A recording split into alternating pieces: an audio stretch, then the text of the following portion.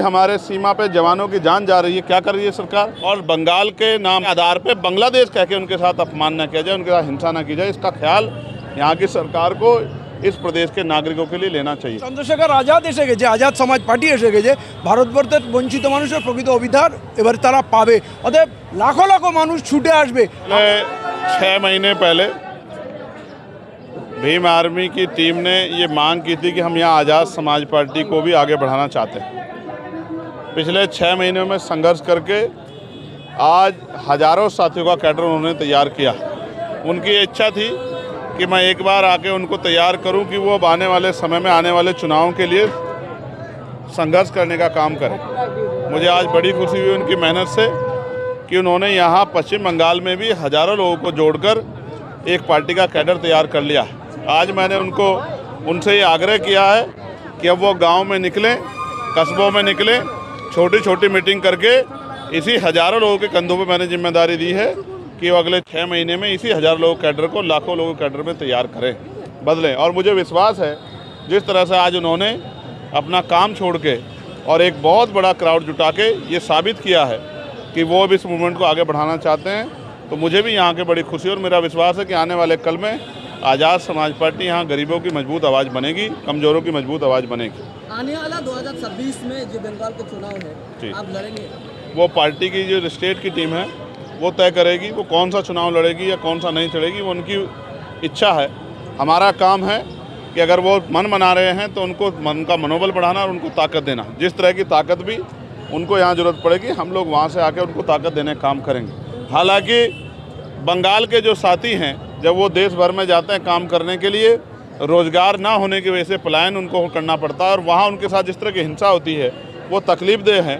मैं यहाँ की मुख्यमंत्री से भी कहूँगा कि वो इस बात का संज्ञान लें कि बंगाल के रहने वाले लोगों के साथ किसी तरह का जुर्म जाती और बंगाल के नाम पे बंगाल के आधार पे बांग्लादेश कह के उनके साथ अपमान न किया जाए, उनके साथ हिंसा न की जाए, इसका ख्याल यहाँ की सरकार को इस प्रदेश के नागरिकों के लिए लेना चाहिए। गुलाम भारत, जब भारत अंग्रेज़ों के गुलाम था तब महापुरुष राष्ट्रपिता ज्योतिबा फूले ने आंदोलन चला के हम लोगों को गुलामी से निकालने के लिए संघर्ष किया। और ये वो धरती है जहाँ आज़ादी फौज के संस्थापक सुभाष चंद्र बोस जी ने भी एक क्रांति की मिसाल खड़ी की और अंग्रेज़ों के दांत खट्टे करने का काम किया। ये दोनों धरती जो है महत्वपूर्ण है, लेकिन वो गुलामी तब हम अंग्रेज़ों के गुलाम थे, लेकिन आज जो है हम यहाँ चंद लोगों के गुलाम हैं, पैसे वालों के। उस गुलामी को भी काटना पड़ेगा। लोकतंत्र में जिनका वोट होता है उन्हीं का राज होता है। आज वोट तो हमारे पास है, यहाँ के 90% आबादी के पास है, लेकिन राजकाज उनके पास नहीं है। उनके तो ना उनको अच्छे स्कूल मिल रहे हैं, ना कॉलेज मिल रहे हैं, यूनिवर्सिटियाँ मिल रही है, ना उनको रोज़गार मिल रहा है और हिंसा उनके साथ लगातार हो रही है। बंद होना चाहिए। इसके लिए भी हम लोग यहाँ आंदोलन को मजबूत करेंगे। हर दिन केंद्र सरकार के खिलाफ बोलते रहते हैं। आज बंगाल में टीचर के ऊपर हमला हुआ, बंगाल का पुलिस से हमला किया था।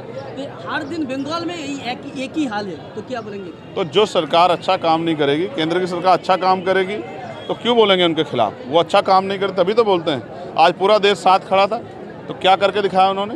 अभी भी हमारे सीमा पे जवानों की जान जा रही है, क्या कर रही है सरकार? तो यहाँ भी अगर सामान्य जनता पे, चाहे वो टीचर हों या मजदूर हो, अगर उन पर पुलिस हमला करेगी तो वो सरकार की लापरवाही, सरकार की जवाबदेही है।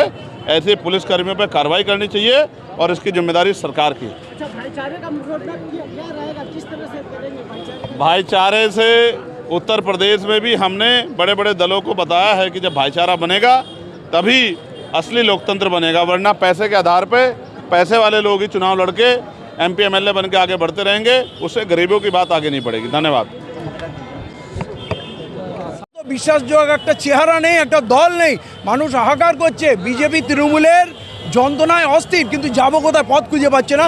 এরপর মানুষ বলতে পারবে না যে কোন দলটা করব, কাকে ভোট দেবো, খুঁজে পাচ্ছি না। এই ক্রাইসিসটা শেষ হয়ে গেল আজকে। এবারে মানুষের কাছে পৌঁছানো আমাদের কাজ। 2026 বিধানসভা নির্বাচন, সেই লড়াইয়ের প্রস্তুতি এখন থেকে নিচ্ছি। দুর্বার গতিতে কাজ চলছে এবং ভাই আপনাদের সামনে বলেই গেলেন, যদি রাজ্য কমিটি যদি চায়, রাজ্যের নেতৃত্ব যায়, আমি পূর্ণ সমর্থন দেবো, পাশে দাঁড়াবো। অতএব আমরা লড়ছি, এটা অর্থই দাঁড়াচ্ছে। আমাদের প্রস্তুতি হিসাবে আমরা কত সিটে লড়বো সেটা সময় ঠিক করবে। কতটা প্রস্তুতি এগোলো? না না, এখন শুধু বুনিয়াদ, এখন শুধু বুনিয়াদ। আগামী 6 মাসে একটা বড় শক্তি দাঁড় করানো। 1 বছর ধরুন কম বেশি সময় হাতে আছে। 6 মাসের মধ্যে একটা বড় সম্মানজনক শক্তি আমরা দাঁড় করাবো, তারপরে তো মানুষের সমুদ্র আসবে। এতে আমার কিছু করার নেই। মানুষ পিপাসার্থ, তাকে জল দেখলে যেখানে আর বলতে হয় না খাবে কি না, সেই রকম চন্দ্রশেখর আজাদ এসে গেছে, আজাদ সমাজ পার্টি এসে গেছে, ভারতবর্ষের বঞ্চিত মানুষের প্রকৃত অধিকার এবার তারা পাবে। অতএব লাখো লাখো মানুষ ছুটে আসবে। আমার বিশেষ কিছু কাজ না, শুধু মানুষের কাছে বার্তাটা পৌঁছে দেবো, এটা আমার কাজ। ইমতিয়াজ সাহেব, এখানে জয় ভীম জয় মিম ডাকা হয় এখানে একসঙ্গে, তো জয় মিমকে কিরকম আপনি জোড়বেন আপনার সাথে? এখানে দেখুন, জয় ভীম জয় মিম বলে কথা না, আমরা জয় ভীম বলি বাবা সাহেব ভীমরাও আম্বেদকরের সম্মানে। এখানে 140 কোটি মানুষ আছে, খালি জয় ভীম জয় মিম মানে দলিত মুসলিম না, এখানে আদিবাসী, সাঁওতাল, মতুয়া, কামতাপুরি, শেরশাপুদি, তাই দুটো জায়গায় দুটো শব্দতে জুড়বেন না। পুরো ভারতের প্রতিটা বঞ্চিত সমাজের কোনো মানুষ ক্ষুধার্ত হবে না, কোনো মা বোনের ইজ্জতে কেউ হাত দেবে না, তারা নির্ভয় মধ্যরাতে ঘুরবে, প্রতিটা বাচ্চা সরকারি শিক্ষা পাবে, একই মানের শিক্ষা পাবে, অবৈতনিক তারা রোজগার পাবে, মানে টিচাররা রোজগার পাবে, এবং সবথেকে বড় কথা একই মানের শিক্ষা পাবে, একই মানের চিকিৎসা পাবে। এইটা বুনিয়াদি অর্থ। আমাদের দেশে রাইট টু এডুকেশন করা হয়েছে, রাইট টু ফুড সিকিউরিটি করা হয়েছে, কিন্তু মানুষ খেতে পায় না।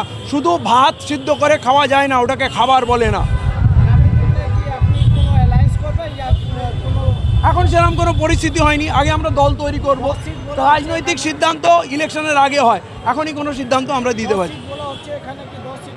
10 সিট একটা ইন্সপিরেশন দিলাম, এখানে অনেকগুলো জাতি আছে, প্রতিটা জাতির একটা করে এমএলএ আগে বেরোক, এটা লক্ষ্য।